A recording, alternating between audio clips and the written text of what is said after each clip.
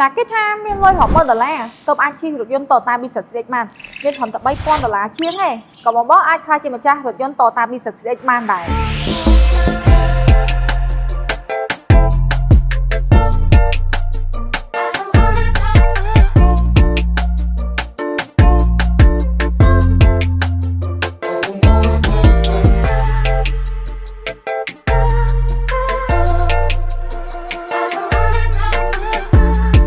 បងដែលមានតម្រូវការចង់ប្រើប្រាស់រថយន្តអគ្គិសនី Toyota Vios CX ហាក់ចង់ចំណាយទាំងស្រុងទេបងអាចសិក្សាបងរំលោះជាមួយនឹង Yesca Premier បានដាក់ឯកសារងាយៗសិក្សាផ្ទាល់ជាមួយនឹងទីប្រឹក្សាផ្នែកលក់អំពីរថយន្តនិងការបងរំលោះតាមតែរយៈពេល1ថ្ងៃទេសិក្សាជាមួយនឹងធនាគារក៏បានជាមួយនឹងក្រុមហ៊ុនផ្ទាល់ក៏បានតែឯកសារលឿនៗចាប់បាត់រថយន្តយកទៅប្រើប្រាស់ Yesca Premier នាំចូលនៅរថយន្ត Toyota Vios CX រ៉េម610គីឡូដែលមានស្តង់ដារនិងគុណភាពចេញពីរោងចក្រផ្ទាល់អតិថិជនអាចទិញដោយទំនុកចិត្តនិងសុវត្ថិភាពផ្លូវចិត្តមិនថាពេលមុនឬក្រោយពេលទិញរថយន្តសម្រាប់ព័ត៌មានបន្ថែមបងអាចតាក់ទងមកកាន់លេខទូរស័ព្ទដែលមាននៅលើ caption ខាងលើឬក៏អាចអញ្ជើញមកទីតាំងផ្ទាល់ Yesca Premier ពោធិ៍ចិនតុងស្ថិតនៅលើបណ្ដោយផ្លូវសាក់ប៉ូរ៉ូស៊ីទៅមុខនៅអគ្គនាយកដ្ឋានធនធានរ៉ែអន្តមពល